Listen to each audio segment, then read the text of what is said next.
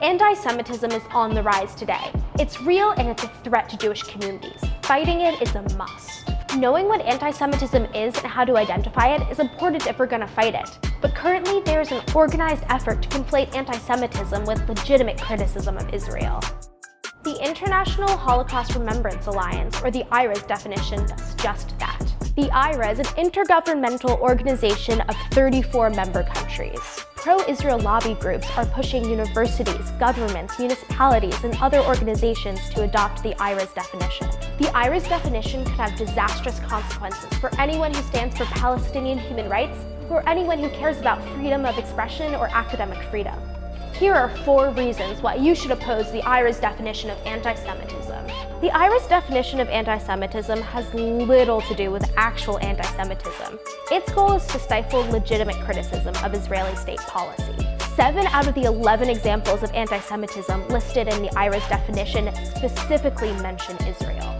If the IRA is really about combating anti-Semitism, which is hatred against the Jewish people, why the disproportionate focus on Israel? Anti-Semitism is real and deadly.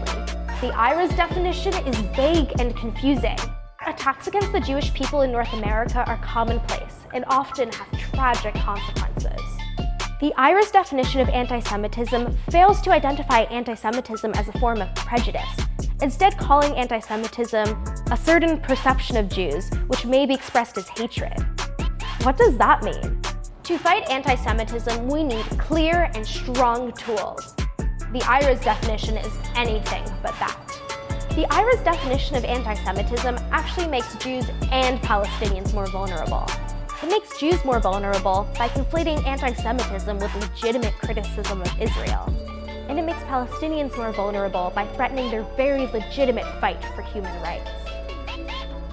In the United States and in England, the IRA's definition is already being used to silence the Palestine Solidarity movement. In the US, President Trump signed an executive order adopting the IRA's definition into law.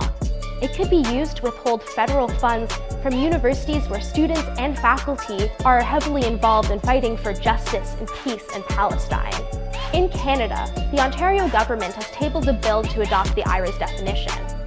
Several municipalities, including Vancouver and Calgary, have tried and failed to adopt it. It is essential to stop the weaponization of anti-Semitism and the repression of Palestine solidarity. We need to stop the IRA's definition from being implemented. But what can we do about it? IJV has our own better definition of anti-Semitism. We recognize where the real hate is coming from: fascists, the far right, and other hate mongers, not human rights activists. Plus, we clearly define anti-Semitism as a form of bigotry that's linked to other forms, like white supremacy and Islamophobia, because anti-Semitism cannot be fought in isolation. We need to fight it together, because together we are stronger. Fight anti-Semitism and white supremacy, not freedom of expression. No IRA.